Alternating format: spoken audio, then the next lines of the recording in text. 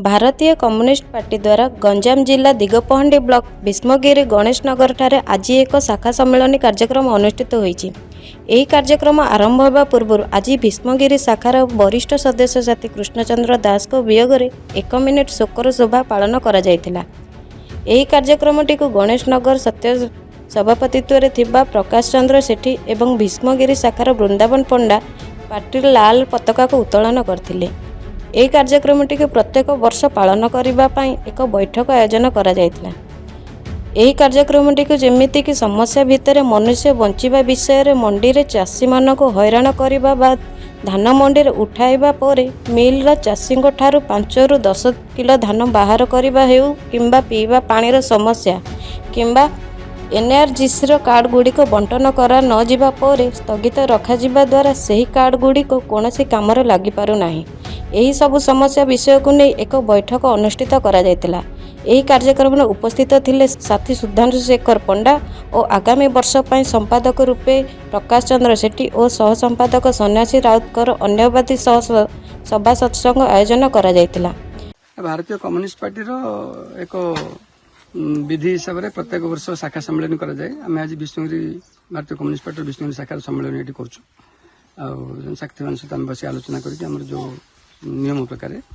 किसी कार्यक्रम नौचु जमी समस्या बहुल भितर आम समस्ते बंचुचे किसी समस्या नगद समस्या किसी देखा दी बर्तमान धरतु मंडी में चाषी मान जो हईराण कर पीवा पानी अभाव रही कि एनआरजी कार्ड गुड़ाक बर्तमान सब सीज कर दी तब कम लगुनि लोके बर्तमान हाहाकार अवस्था पड़ते ये समस्त समस्या विषय में आलोचना करूँ सरकार को दृष्टि आनबू।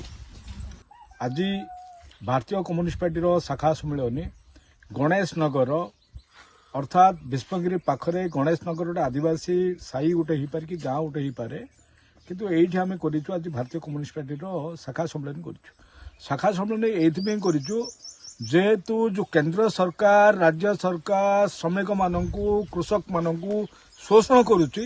ता विरुद्ध रे लोकों को सचेतन करने पार्टी आम शाखा सम्मेलन वार्षिक सम्मेलन वार्षिक सम्मेलन करने सहित भीष्मगिरी पाखरे भीष्मगिरी जो गाँ गोटे सहर से पारे सरकार बर्तमान घोषणा कर भीष्मगिरी गोटे एनएचसी डिक्लेयर करेंगे किंतु जो सरकार डिक्लेयर करेंगे एनएचसी को आज आम देखुचु भीष्मगिरी गाँव जो मैंने अच्छा गरीब लोक कृषक लोक श्रमिक लोक तांको जमी की किमिति जल जीव तार व्यवस्था कर सरकार एवं तत्सहित पानीय जलर जोगाण व्यवस्था तुरंत कर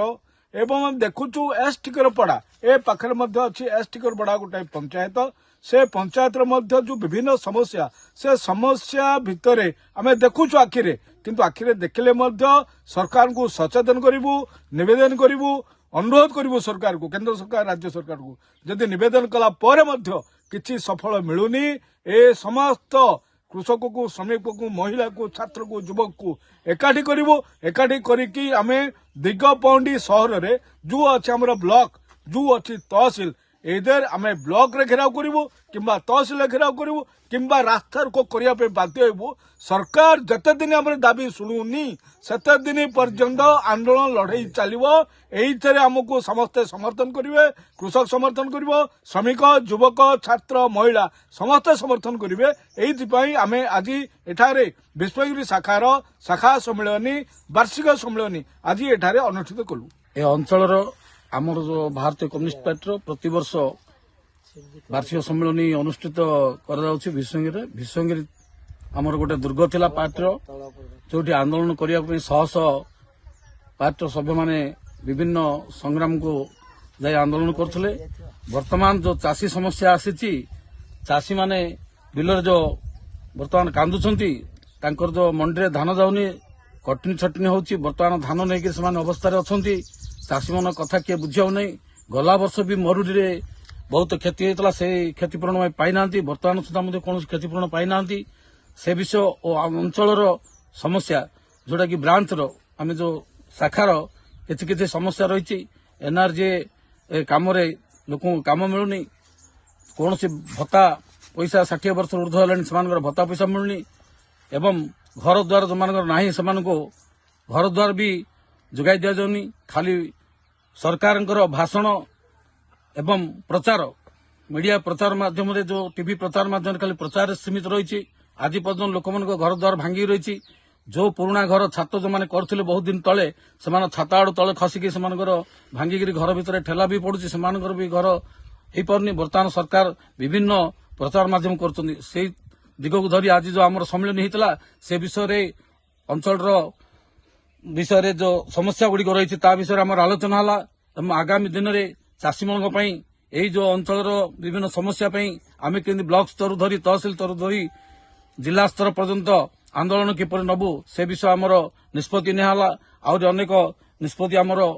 नबार अच्छी से दिग को आगू आंदोलन कर तार संगठित करने आम आज ये सम्मेलन उपस्थित चाषी जितेबाला विगत दिन में चाषी जितेबाला जो वर्षा लगाण वर्षा जो क्षति होता है बर्तमान जिते जिते भी अच्छी से जो मैंने नहीं मंडी में दौरान जहाँ तो भीष्मगिरी मंडी लेट्रे खोल जाए जिते भी मंडी में दि जाए धान मंडी वाला ठीक रखले आमर मिलर जो मैंने अच्छा से 7 किलो टू 10 किलो लाखे कमेगी जो काटुच्च कौन आप से देखो विभिन्न लाभ रही